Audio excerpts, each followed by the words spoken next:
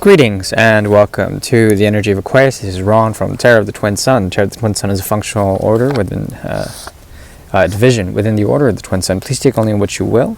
In terms of this month's prognosis, we are dealing with the energy of April, the energy of Aquarius in April 2024. So we're going to go ahead and look into the karmic resonances that occur for this month, and we'll also be looking into the Great Mirror. The Great Mirror is a tool devised by the Order of the Twin Sun to see particular energies between Aquarius and a significant other.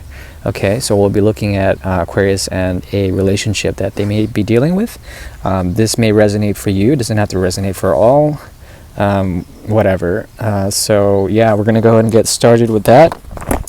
And yeah, wishing you well. Hopefully things bode well. So firstly, I like to begin with karma, and karma is basically action, and we're going to see what kind of actions, cards of action are going to be occurring for this month in particular, April 2024, for the energy of Aquarius.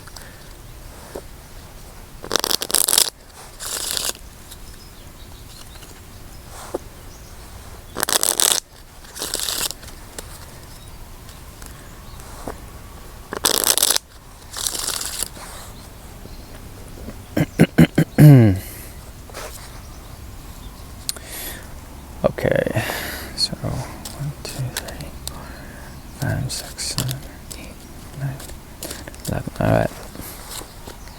Okay, so we have here the six of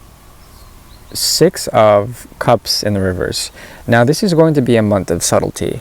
A lot has to do with the natural flow and regulation of creative forces, of energy, that is represented through water. Okay, the element of water is indicative of love. It's indicative of also the pursuit of value. It's indicative of emotional intelligence. Okay, all of these things are indicators. So there's a subtlety to how you know truly the world around you in this month.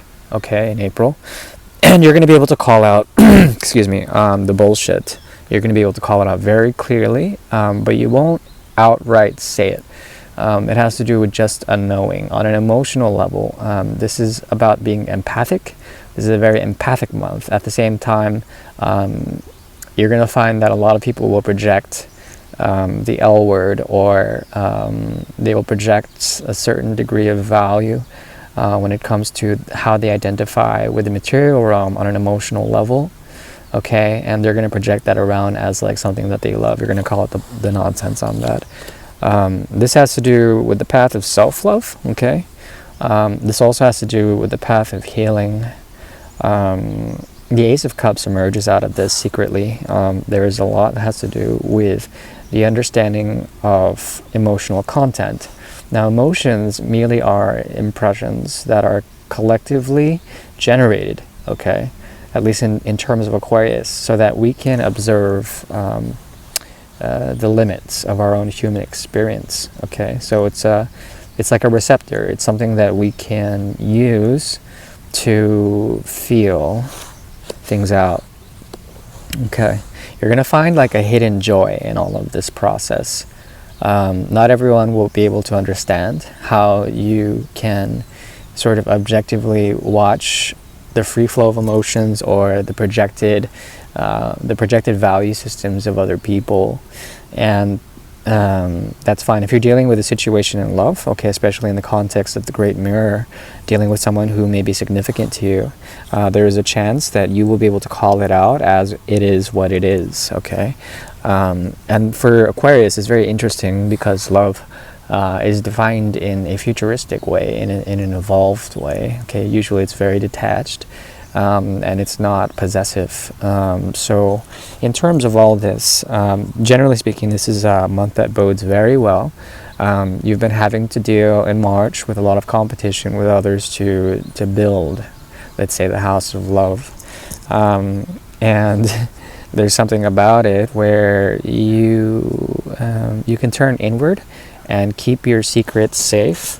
Kind of like a priestess energy. Keep it safe from others, and know, but then not spill the beans about like the game that others play. Okay, that's what I'm seeing for karma, which is a very positive reading. You're going to find a hidden little joy in all of the empathic capacity, the ability to understand the play of emotions and the play of the artful play of emotions. So we're going to go ahead and move into the Great Mirror. And the Great Mirror is a 9-card spread that exposes three different levels of consciousness. And it's between Aquarius and a significant other. So we're going to be looking into both energies and seeing how there is a reflection between two people. Three is very important.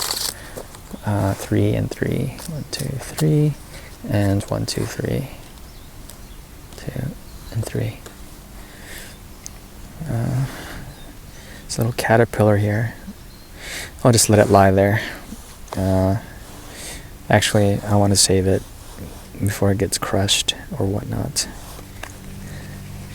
So, let's try to get that caterpillar real quick out of the way so it can become a butterfly someday somewhere else. Alright. Okay, so 3 of Cups is the outcome. So as the month progresses, there is a very positive capacity for you to be authentic with a lot of different people. No particular one connection that's going to hold you down to karmic history. Okay. Now, let's see here. In terms of one person, you are protected with the High Priestess. High Priestess is one who knows the path but does not tread it. One who knows the secrets but does not say it. She's protected, even though she's extremely nude in the middle of nowhere. She does not go through the unnecessary challenges of karma.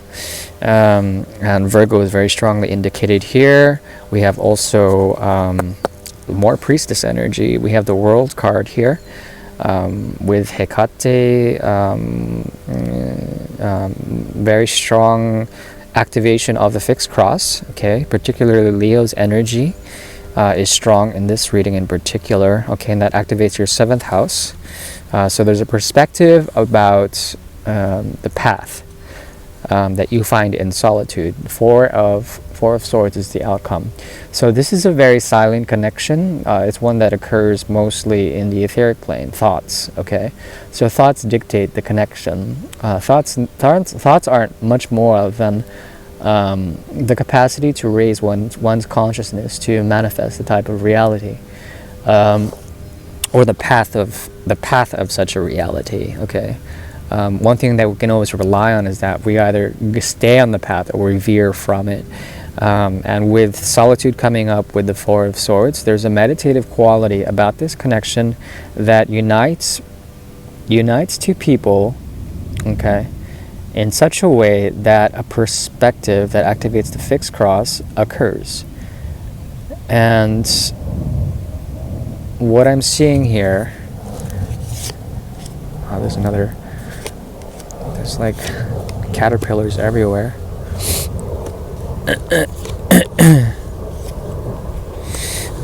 What I'm seeing here is a very interesting connection that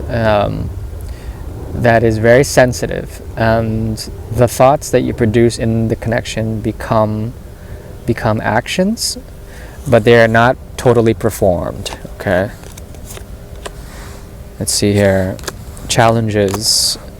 Yeah, so when it comes to this, you would rather not. You would keep things in the service of balance for all. And that's sort of your block. You can't totally invest into something, especially if there's a fear of drawing in the wrong karma. For this month, you are advised to plant the seed, but not to take the harvest. Plant the seed, not to take the harvest. In this connection, this speaks about a secret. Okay, a secret. We have here the Sun and the Moon card here, and that is very important about night sowing seeds at night, a very intense connection at night. Like I told you, there's something mental about this connection, and you have to watch out what you do in the astral. If you are into astral traveling, there's a possibility that you find satisfaction in this type of connection. There also is a possibility that this person represents a great deal of karma. Okay, so Venus is your friend and your foe in this situation. As she rises, she comes into consciousness about some form of karma that needs to be executed in the potential of this situation. There's a lot of tension because of it. There's a lot of intensity because of it. And this person wants to give something to you, but you hold the sword of truth. And there's something about it where the more you elevate in that truth, the more the sword wants to come down. Okay, so it's kind of like the sword of Damocles in this situation. And Damocles basically sits on a throne that has a heavy crown because there's a sword that is behind Damocles' head. It's an imaginary sword that can immediately cut off his head once Damocles makes the wrong positional choice. Okay, so the shadow of Damocles, the shadow of the sword, is here, and it's important to acknowledge the gift that you can contact this person in any mental way, but nothing more. Okay, this is an activation reading. Someone here is activating a great deal of secret energy that actually promotes the exercise of a skill, and it's an esoteric skill. Okay, this is a very interesting reading. And they could inspire you. They want to envision all of this happening, but they don't necessarily want to invest in it. They are called to invest to it, to be useful, but nothing more. Okay, very interesting reading. Fixed cross is activated. Fixed cross is all about sublimation. It's about negotiating codependence and independence, finding that dependence energy. Is it self-dependent or is it dependent on the other? Okay, so walking that interesting line. In terms of the world, not only is the axis of fire and air, which is the independent axis, activated, but also the elements of earth and water. Okay, and that's the second, the 8th house, fixed cross. Okay, and that has to do, that particular energy has to do with sublimation, which is basically alchemy and all of that. There's a very interesting dependent, independent, alchemical reading here that has to do with the development of skills and nothing more. Okay, the development of intellect and nothing more. This is an intellectual exercise. At least that's what I see in the cards. Hopefully that helps. All right, bye-bye.